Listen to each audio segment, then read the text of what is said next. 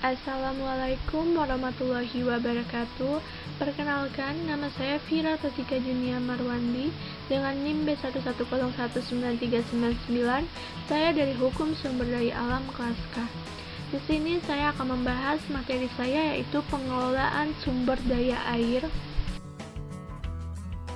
Pada tahun 2004, Indonesia sudah berhasil membuat Undang-Undang Nomor 7 Tahun 2004 tentang sumber daya air yang merupakan perubahan yang sangat drastis dari Undang-Undang Nomor 11 Tahun 1974 tentang pengairan. Sumber daya air merupakan sumber daya berupa air yang berguna atau potensial bagi manusia. Kegunaan air meliputi penggunaan di bidang pertanian, industri, rumah tangga, rekreasi, dan aktivitas lingkungan. Sangat jelas terlihat bahwa seluruh manusia membutuhkan air tawar.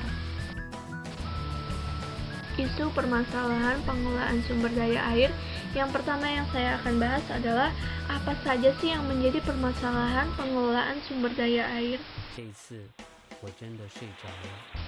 Yang pertama adalah kekeringan. Kekeringan dapat didefinisikan sebagai periode tanpa air, hujan yang cukup atau suatu periode kelangkaan air. Yang kedua adalah banjir. Banjir di mana merupakan suatu keadaan sungai di mana aliran airnya tidak tertampung oleh palung sungai karena debit banjir lebih besar dari kapasitas sungai yang ada. Yang ketiga adalah tanah longsor, di mana tanah longsor merupakan perpindahan material pembentuk lereng berupa bantuan bahan rombakan tanah atau campuran dari material tersebut yang bergerak ke bawah atau keluar lereng. Yang keempat adalah erosi. Erosi adalah suatu proses atau peristiwa hilangnya lapisan permukaan tanah atas baik disebabkan oleh pergerakan air maupun angin. Yang kelima adalah pencemaran air, di mana pencemaran air suatu perubahan keadaan di suatu tempat penampungan air seperti danau, sungai, lautan, dan air tanah rusak akibat aktivitas manusia. Yang keenam, konflik antar pengguna air. Konflik antar sumber daya air tidak terjadi hanya kering, konflik air bahkan bisa juga merambah pada daerah basah. Dan yang terakhir adalah permasalahan lingkungan sungai, di mana pencemaran sungai, di mana kondisi masuknya berbagai zat maupun benda tak terurai yang mengakibatkan air terkontaminasi dan kehilangan fungsi. Isu permasalahan pengelolaan sumber daya air. Yang kedua yang saya akan bahas adalah bagaimana cara menanggulangi permasalahan pengelolaan sumber daya air. Pada penanganan konservasi air, konservasi SDA merupakan upaya perlindungan dan pelestarian sumber daya air, pengawetan air, dan pengendalian pencemaran air dengan tujuan untuk menjaga kelangsungan daya dukung, daya tampung, dan fungsi sumber air disesuaikan dengan undang-undang. Yang kedua adalah penanganan pendayagunaan sumber daya air. Pendayagunaan sumber daya air yaitu penatagunaan, penyediaan, penggunaan, pengembangan, dan pengusahaan sumber daya air secara optimal, berhasil guna, dan berdaya guna.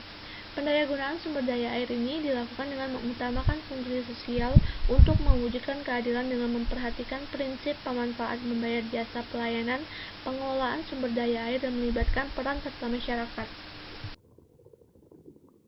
Dalam penanganan pendayagunaan sumber daya air terbagi menjadi 5. Yang pertama adalah penatagunaan sumber daya air. Yang kedua, penyediaan sumber daya air. Yang ketiga, penggunaan sumber daya air.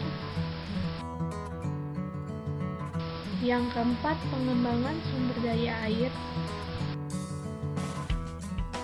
Dan yang terakhir dalam penanganan pendayagunaan sumber daya air adalah pengusahaan sumber daya air. Cara menanggulangi permasalahan pengelolaan sumber daya air yang ketiga adalah penanganan pengendalian daya rusak air, di mana pengendalian daya rusak air adalah untuk mencegah, menanggulangi, dan memulihkan terjadinya kerusakan lingkungan yang disebabkan oleh daya rusak air yang meliputi banjir, erosi, dan sedimentasi. Pengendalian daya rusak air ini diutamakan pada upaya pencegahan melalui perencanaan pengendalian daya rusak air yang disusun secara terpadu dan menyeluruh dalam pola pengelolaan sumber daya air. Dan yang terakhir dalam menanggulangi permasalahan pengelolaan sumber daya air adalah pencegahan, di mana pencegahan dilakukan baik melalui kegiatan fisik dan atau non-fisik maupun melalui penyeimbangan hulu dan hilir wilayah sungai. Penanggulangan daya rusak air dilakukan dengan mitigasi bencana dan dilakukan secara terpadu.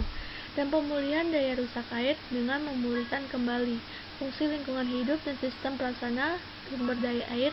Hal ini menjadi tanggung jawab pemerintah daerah dan pengelolaan sumber daya air dan masyarakat.